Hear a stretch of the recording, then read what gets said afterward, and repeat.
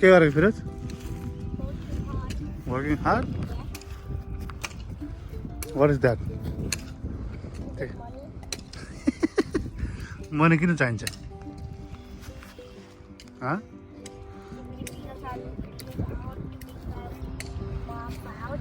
Really?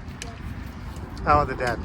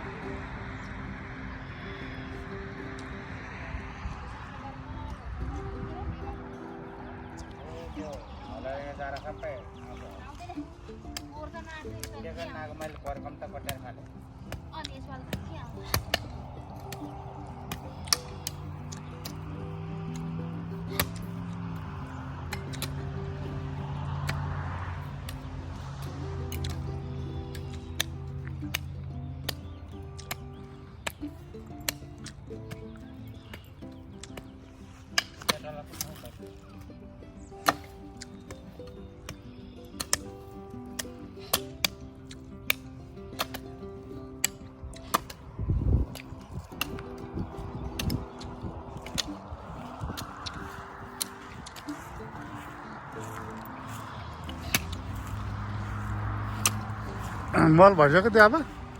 मल भइसक्यो? एकै वर्षमा हुँदो रहेछ नि?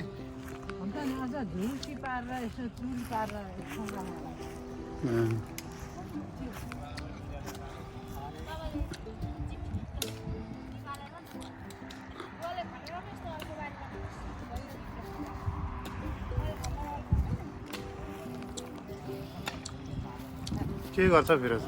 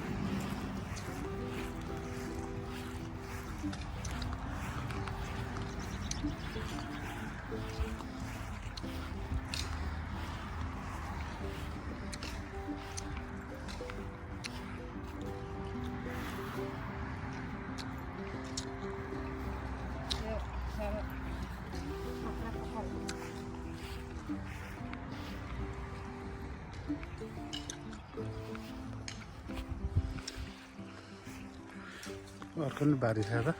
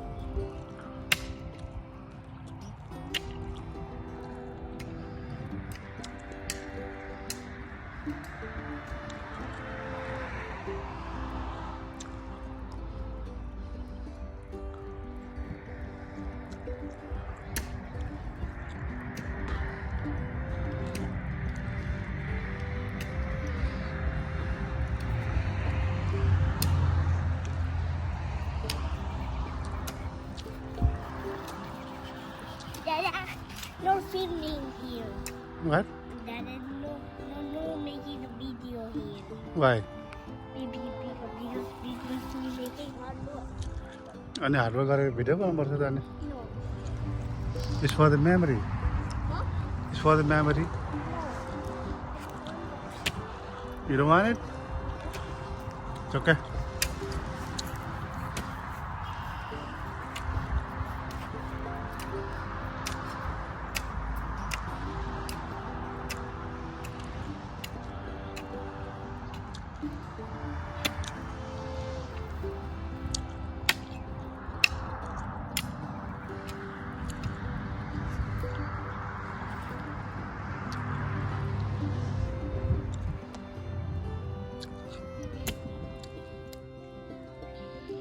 आज चाहिँ एकदमै धेरै राम्रो पारिलो घाम लागेको छ होइन। त्यही भएर चाहिँ आज हामी बारी खन्ने सुरसारमा छौँ। आज चाहिँ सबैजना बारी खनेर चाहिँ एकदमै धेरै अब तरकारीहरू सागहरू रोप्नको लागि चाहिँ रेडी बनाइराखेका छौँ। यहाँनिर चाहिँ अलिअलि बारीहरू यहाँ नि खनिरहेको छौँ। खनिसक्यौँ यो चाहिँ होइन। यसमा चाहिँ अब मलहरू हाल्न बाँकी छ। त्यसपछि अब खनेर अब रोपिन्छ भनौँ न। बिउ छरेर अनि बल्ल रोपिन्छ। यहाँ चाहिँ सानो बारी छ थोरै अलिकति घरको पछाडिपट्टि होइन। अनि यतातिर चाहिँ यस्तो छ। हाम्रोतिर चाहिँ यो के भन्छ यो घाँस काटेर चाहिँ मल बनाएको चाहिँ 1 साल भयो भनौँ न। अस्ति भर्खरदेखि बनाउन थालेको। अस्तिको सालको यो घाँसहरू सबै काटेर चाहिँ एक ठाउँमा पारेर मल बनाएको थियौँ। अहिले चाहिँ त्यही मल निकालेर चाहिँ यता हाम्रो बारीमा चाहिँ हाल्दै हुनुहुन्छ आमा बुवाहरूले। फिरोजको ड्याडी एन्ड फिरोज भएर नि। Hello hi What is this? Baby यहाँ मम्मी भिडियो बनाएको क्या त। What फोन एकछिनमा हेर्दा हुन्छ सानो। यहाँ आऊ न भिडियो बनाउँदैछु मम्मीले झन् तिमीलाई यत्रो धेरै। यहाँ हेर्नु त मल राखेर यत्रो धेरै थुप्रो बनाइसकेको छ। यो चाहिँ सबै दुबोको मल। पोहोर चाहिँ दुबो काटेर यो झार काटेर अनि थुपारेर बनाएको कम्पोस्ट मल भइरहेको छ होइन। एकदम राम्रो हुन्छ होला यसपालि चाहिँ। पछि फलेपछि अब ठुलो भएपछि देखाउँछौँ होइन। यता चाहिँ यस्तो छ। यो चाहिँ अब हाम्रो गाउँघर हो। सुन्नै छ सन्नाटै छ नि। आज चाहिँ घाम लागेर एकदम धेरै राम्रो भएको छ। अनि त्यही हो बारी खनाइमाथि दह्रो चल्दैछ हाम्रो टोलीहरूको। माथि सबैजना खन्दै हुनुहुन्छ। मल बोक्ने खन्ने काम चाहिँ भइरहेको छ।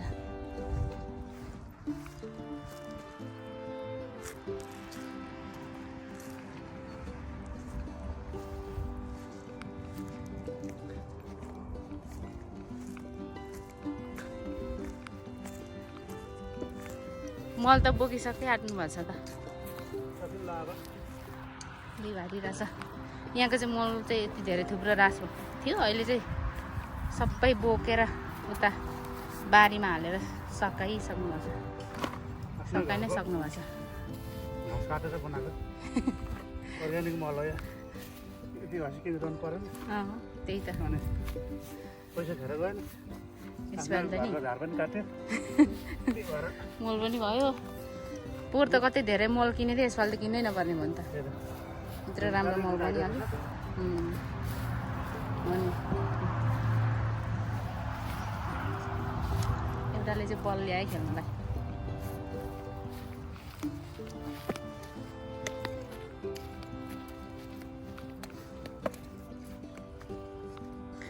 यहाँ बुवाले चाहिँ बारी चाहिँ खन्दै हुनुहुन्छ। हजुर हजुर पर्दैन त्यस्तो गर्नु पर्दैन बाबा। पुट्न गर्दा हुन्छ। खुट्टा दुख्छ नि त।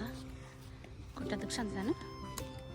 बुवाले चाहिँ यहाँनिर के सागहरू छर्नलाई ड्याङ बनाउँदै हुनुहुन्छ। ड्याङ बनायो भने चाहिँ पानी बग्नलाई चाहिँ सजिलो हुन्छ भनेर बारीमा चाहिँ काम दह्रो चलिरहेको छ। यहाँ धमाधम खन्दै हुनुहुन्छ। बुवा आमा गाउँदेखि भर्खरै आउनु भएको। अब अमेरिका आउनु भएपछि नि यसरी गाउँमा जस्तै बारी खनाइ मचिरहेको छ।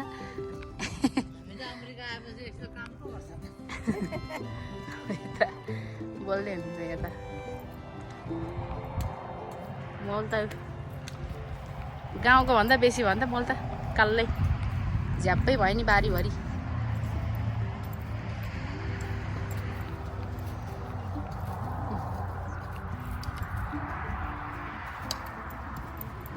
घामले नि पोलिसक्यो होला गर्मी नि भयो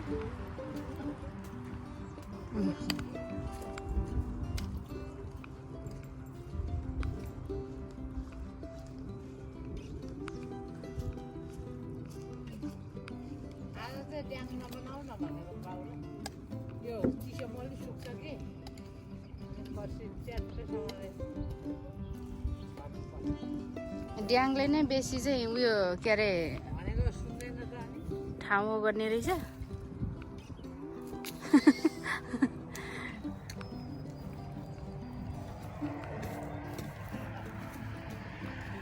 लास्ट हो त्यो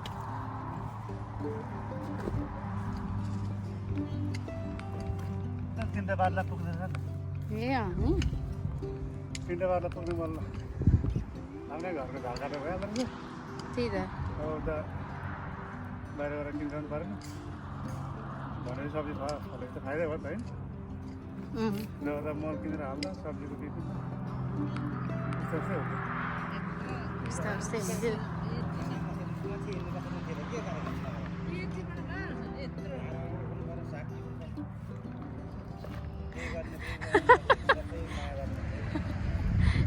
दुईजनाको पुरा कन्भर्सेसन चलिरहेको छ सर्प हो कि के हौ डर लाग्दो जी उता बारीमा फालिदिनु माथि हजुर नदेखाउनु डराउँछ उता बारीमा फाल्नु बारीमा पो भन्दै बिर्सेछु माथि जङ्गलमा भनेको खानु हजुर सुज अहिले एकछिनमा सकिहाल्यो नि त अब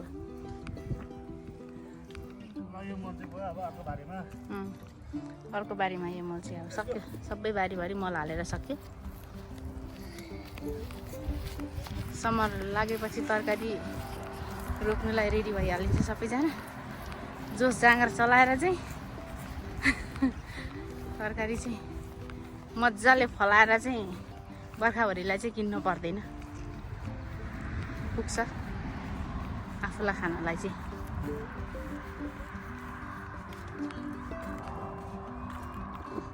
सानो बारी छ यहाँ पनि पुग्यो अब यति भइसक्यो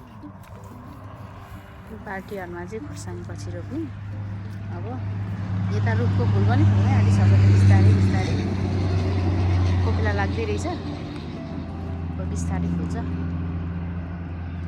एकदम राम्रो फुल्छ सेप्दै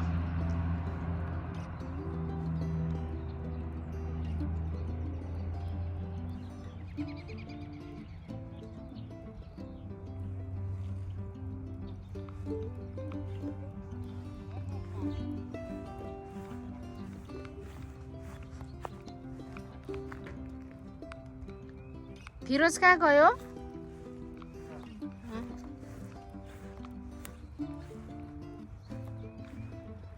ल आजको लागि चाहिँ अब बारी नि खनिसक्यो होइन मलहरू नि अब सक्यो आजलाई चाहिँ यति नै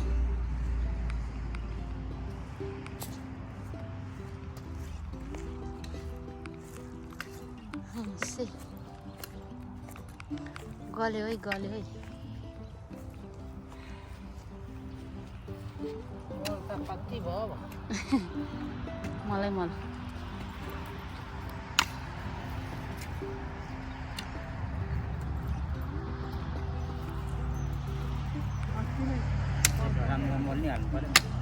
पर्दैन होला हौ अहिले पछि पछि हाल्दा हुन्छ नि ऊ त्यो डोडमको मल पनि हाल्नु होला नि भन्नुहुन्छ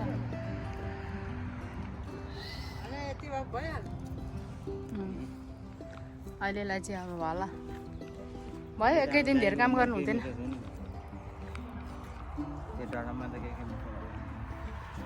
त्यहाँ पनि तिनीहरूले बनाएकै त हो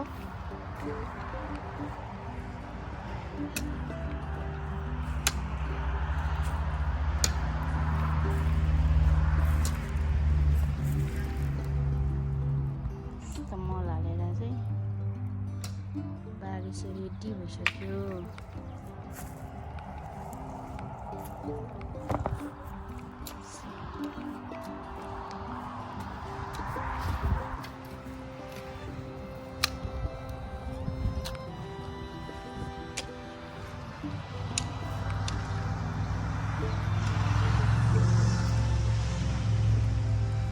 सक्यो त अब।